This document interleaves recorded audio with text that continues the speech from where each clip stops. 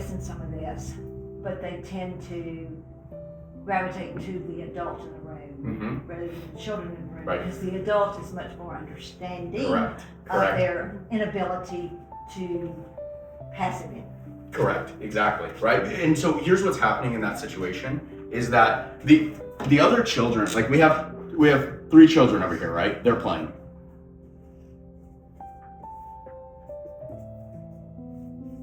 They're playing. And without knowing it, they've all accepted that these are the rules, right? Another child comes in. Another child comes in. I'm actually a college-educated man. Don't ask me where you want to be impressed. So another child comes in and they want to jump into the middle of the room, right?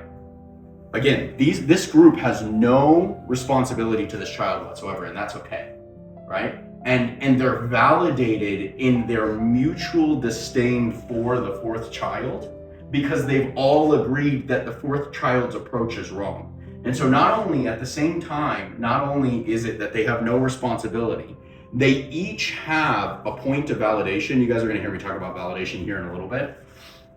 They each have a point of validation which justifies their response immediately. They have no idea why this is occurring. None of them do. Because none of them have ever been formally taught the rules of play. But they've all, through trial and error, neural pathwayed this thing.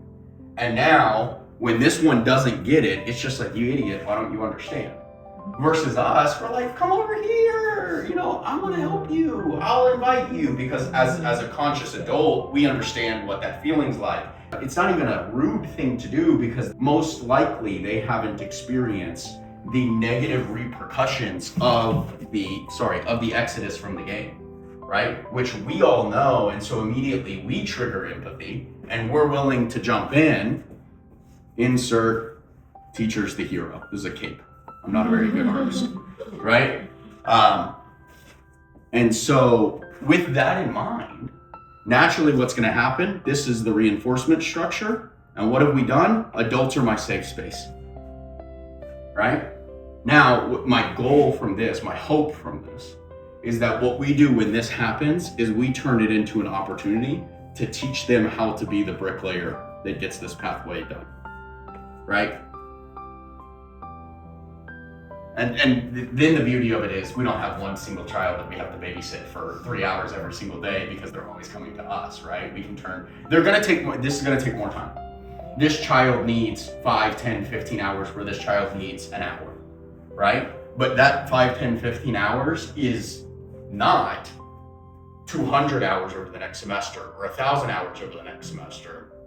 And in the event that they get a less empathetic teacher, it's a huge impact, right? Because we all know, and especially once we get to the school system, and the time and the expectation is very different.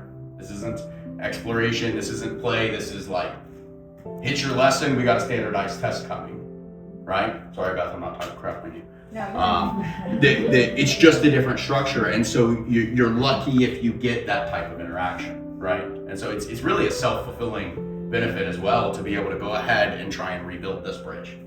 Does that